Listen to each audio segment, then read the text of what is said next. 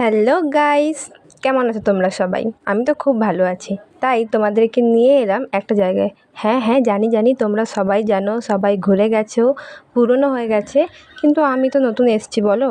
তাই চলো দেখা যাক ভেতরে কি কি আছে। প্রথমেই তোমরা ঢুকে দেখতে পাবে চারদিকে ছোট ছোট কটেজের মতো করা আছে।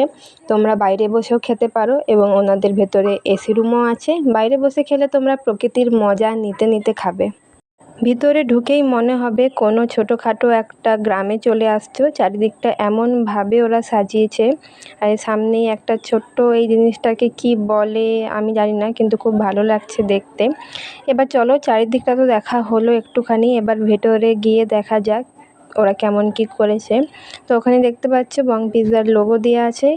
সমস্ত সাজানো গুছানো, একদম গ্রামের পরিবেশ। এই জায়গাটা একদম রোডের সাইডে হলেও তোমরা যখনই ভিতরে ঢুকে যাবে, রোড আর